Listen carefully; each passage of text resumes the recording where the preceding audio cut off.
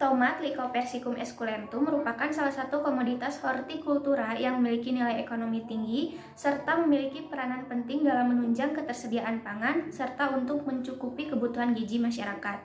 Indonesia merupakan salah satu negara yang masih sering melakukan kegiatan impor tomat, baik itu dalam bentuk olahan maupun dalam bentuk tomat segar. Kegiatan impor ini masih sering dilakukan karena rendahnya produktivitas tomat di Indonesia. Rendahnya produktivitas ini bisa disebabkan oleh beberapa faktor. Salah satu faktornya adalah serangan organisme pengganggu tanaman atau OPT. Salah satu OPT penting atau hama penting pada budidaya tanaman tomat itu sendiri adalah kutu kebul atau Bemisia tabaci. Kutu kebul ini bisa menurunkan hasil berkisar antara 20-100%. Bemisia tabaci bisa menimbulkan kerusakan secara langsung maupun tidak langsung. Kerusakan secara langsung biasanya disebabkan oleh aktivitas makannya, yaitu akibat tusukan stiletnya yang dapat menurunkan pertumbuhan tanaman dan juga hasil. Sedangkan untuk kerusakan secara tidak langsung, Bemisia tabaci ini merupakan vektor atau pembawa virus kuning. Kerusakan yang ditimbulkan oleh penyakit virus kuning ini menimbulkan kerugian yang cukup besar dalam bidang ekonomi. Berdasarkan hasil wawancara dengan salah satu petani tomat di India, akibat dari serangan hama kutu kebul dan virus penyakit kuning ini dapat menurunkan hasil mencapai 93,3%. Berdasarkan permasalahan tersebut, maka diperlukan suatu pengendalian. Pengendalian yang memiliki potensi tinggi untuk dikembangkan adalah dengan mengembangkan varietas yang tahan. Pada varietas tahan, biasanya populasi Bemisia tabaci yang ditemukan ini cukup rendah dibandingkan dengan varietas lainnya yang disukai oleh Bemisia tabaci. Sehingga varietas tahan ini dapat memberikan kontribusi yang cukup besar dalam menekan populasi Bemisia tabaci dalam sistem PHT atau pengendalian hama terpadu. Varietas tanaman tomat yang tahan kutu kebul di Indonesia masih sangat jarang ditemukan. Hal ini dapat dilihat dari kebanyakan varietas yang dilepas merupakan varietas yang tahan terhadap serangan layu bakteri. Maka dari itu, perlu dilakukan perakitan kultivar tanaman tomat Lycoversica esculentum yang tahan kutu kebul Bemisia tabaci dan juga berdaya hasil tinggi. Ketersediaan materi genetik. Keberhasilan suatu program praktikan varietas tanaman tahan hama dan berdaya hasil tinggi sangat ditentukan oleh ketersediaan sumber gen ketahanan tinggi dari suatu hama, target, dan gen berdaya hasil tinggi. Gen-gen ketahanan dan berdaya hasil tinggi ini dapat diperoleh dari plasma nutfah, varietas unggul yang sudah ada, maupun galur-galur generasi lanjut. Salah satu genotip tomat yang dapat digunakan sebagai sumber gen ketahanan terhadap kutu kebul adalah varietas Marta. Berdasarkan hasil penelitian Setiawati 2007, varietas Marta merupakan varietas yang kurang disukai oleh Bemisia tabaci untuk meletakkan telur. Berikut ini disajikan hasil penelitian referensi beberapa varietas tomat dan pola investasi hama kutu kebul serta pengaruhnya terhadap intensitas serangan virus kuning. Dari data hasil penelitian tersebut dapat dilihat bahwa populasi Bemisia tabaci baik dalam fase telur, nipa, maupun imago pada varietas Marta jumlahnya paling sedikit dibandingkan dengan varietas lainnya. Mengapa? Karena hal ini menunjukkan bahwa varietas Marta tidak disukai oleh kutu kebul Bemisia tabaci, sehingga varietas Marta memiliki karakter tahan terhadap hama. Varietas Marta ini kurang disukai oleh Bemisia tabaci karena mempunyai kerapatan dan kelenjar yang paling tinggi dibandingkan dengan varietas lainnya. Penelitian yang dilakukan oleh Purwanti 2001 mengenai karakteristik beberapa varietas tomat memperoleh hasil bahwa varietas opal memiliki rata-rata bobot buah sebesar 35-45 kg per buah. Karakteristik buah lainnya adalah jumlah rongga buahnya. Rongga buah biasanya merupakan tempat letaknya biji tomat. Berdasarkan penelitian, jumlah rongga buah tomat opal rata-rata berjumlah 2-3 rongga. Selain itu, dari segi hasil panen buah tomat, opal juga memiliki kisaran hasil yang cukup tinggi yaitu sebanyak 30-50 ton per hektar dengan usia panen 58-61 hari untuk dataran rendah dan 90-100 hari untuk dataran tinggi. Sifat dan morfologi bunga tomat. Bunga tomat berwarna kuning cerah, termasuk tipe bunga berkelamin 2 atau hemaprodit dapat menyerbuk sendiri. Bunga pada tanaman tomat kelopaknya berjumlah 5 buah dengan warna hijau dan memiliki trikorma. Sedangkan mahkotanya yang berjumlah 5 buah berwarna kuning. Alat kelaminnya terdiri atas benang sari dan putik. Pada serbuk sari, bunga terdapat kantong yang letaknya menjadi satu dan membentuk bumbung yang mengelilingi tangkai kepala putik. Bunga tomat dapat melakukan penyerbukan sendiri karena tipe bunganya berumah satu.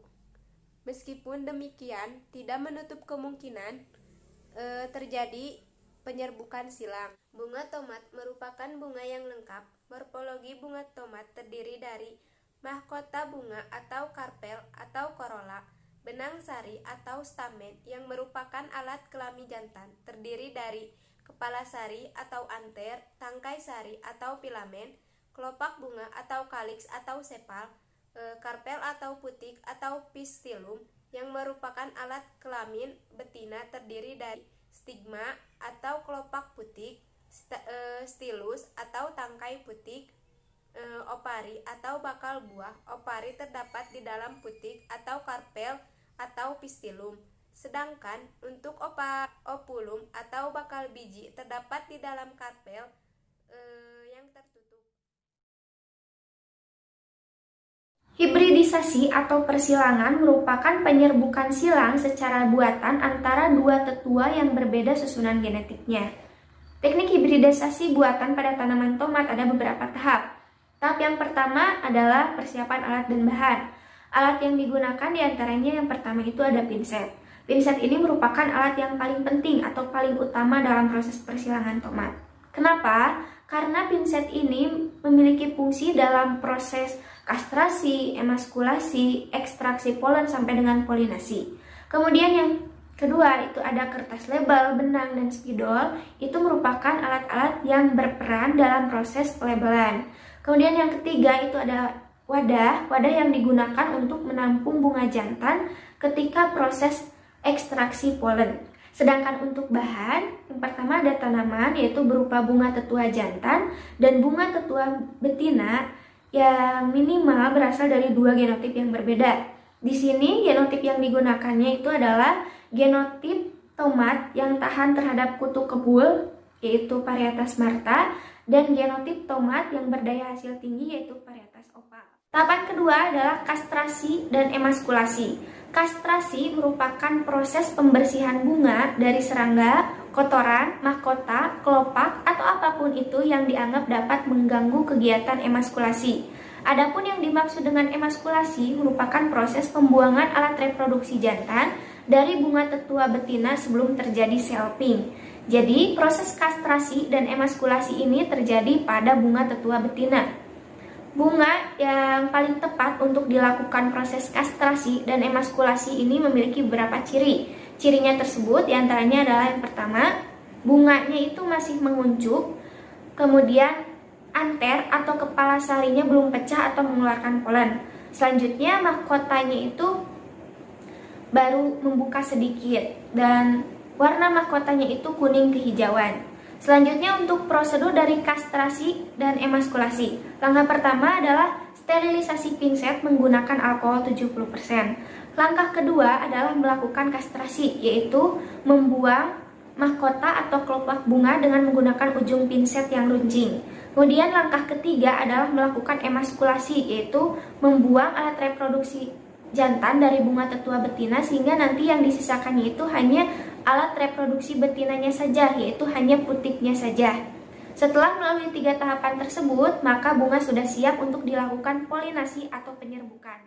Tahapan ketiga adalah ekstraksi polen dan polinasi. Ekstraksi polen merupakan proses pengambilan polen dari bunga tetua jantan. Sedangkan polinasi adalah proses menempelkan polen yang didapat dari bunga tetua jantan ke kepala putik bunga tetua betina. Selanjutnya untuk prosedur ekstraksi polen dan polinasi. Langkah pertama adalah melakukan ekstraksi polen. Ekstraksi polen ini dilakukan dengan cara menusuk anter atau kepala sari menggunakan ujung pinset yang runcing, kemudian mengoreknya ke atas sehingga didapatkan polen pada ujung pinsetnya, yaitu berupa serbuk putih. Kemudian yang kedua, melakukan polinasi, yaitu menempelkan polen yang didapatkan dari bunga tetua jantan tadi ke kepala putik atau stigma bunga tetua betina. Tahap keempat, pelabelan. Pelabelan ini merupakan tahap terakhir dalam proses persilangan, di mana di dalam label ini dicantumkan diantaranya tanggal persilangan, kode persilangan dengan posisi tetua betina berada di depan, dan posisi tetua jantan berada di belakang. Dan yang terakhir itu mencantumkan inisial pemulia tanaman. Nah, setelah label ini dibuat, maka label tersebut bisa langsung digantung pada tangkai bunga. Keberhasilan dari persilangan ini bisa dievaluasi 2 hari kemudian dengan tanda bunga tidak rontok dan bakal buahnya mulai muncul. Pengujian karakter tahan hama kutu kebul atau Bemisiata baci pada tanaman tomat. Yang pertama, populasi telur, nimpa, dan imago kutu kebul diamati setiap minggu. Dimulai 30 hari setelah tanam dengan interval waktu 7 hari sekali pada daun tomat yang terletak di atas, di tengah, dan di bawah tanaman. Daun tomat yang akan diamati dimasukkan ke dalam plastik, kemudian diamati di laboratorium. Kerusakan tanaman tomat akibat serangan kutu kebul atau Bemisiata baci diamati berdasarkan luas kerusakan dan dihitung dengan rumus Moekasan. P sama dengan jumlah N kecil dikali V kecil per N besar dikali Z besar dikali 100%. Untuk pengamatan kerapatan trikoma dilakukan pada anak daun menggunakan mikroskop dengan pembesaran 30 kali. Keaktifan sekresi trikoma diuji dengan uji pewarnaan coklat enzimatik dengan cara kertas saring nomor 1 dicelupkan ke dalam pereaksi, kemudian ditiriskan. Daun yang akan diuji diletakkan di atas sumbat karet, kemudian ditekan dengan sumbat karet yang lain. Masukkan 6 ml pereaksi ke dalam tabung reaksi, kemudian diportek selama 30 detik. Bilasan cairan diinkubasi di pemanas air dengan suhu 37 derajat Celcius selama 20 menit. Cairan diukur absorbasinya dengan menggunakan spektrofotometer. Selanjutnya, pengamatan intensitas gejala virus dilakukan secara visual dan dihitung dengan rumus I sama dengan jumlah dari V kecil dikali N kecil per V besar dikali N besar dikali 100%. Sedangkan untuk pengujian karakter daya hasil tanaman tomat dilakukan dengan menimbang bobot hasil panen dalam ton per hektar. Selain itu juga dilakukan dengan menghitung jumlah buah per tanaman. Metode seleksi. Metode seleksi yaitu varietas yang digunakan dalam perakitan kultur unggul tanaman tomat ini adalah Martha dan Oval. Varietas Martha dipilih sebagai tetua karena memiliki keunggulan hasil yang tinggi karena merupakan metode yang sederhana, tidak dilakukan seleksi generasi pada generasi awal, tetapi diambil satu biji secara acak dari setiap tanaman. Tidak adanya seleksi, maka tidak ada terjadi perubahan gen, tetapi dengan penyerbukan sendiri hanya merubah frekuensi genotip. Frekuensi genotip homozigot meningkat, sedangkan frekuensi gen tipe heterozigot akan berkurang. Dan biasanya pada generasi F5 atau F6 masing-masing galur kemudian diperbanyak sehingga dapat ditumbuhkan dengan jarak tanam.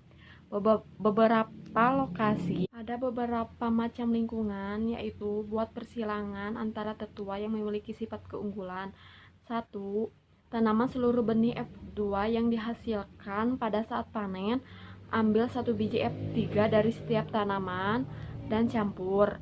2. Tanaman seluruh benih F4 dari campuran 1 biji tiap tanaman F3. Nomor 3.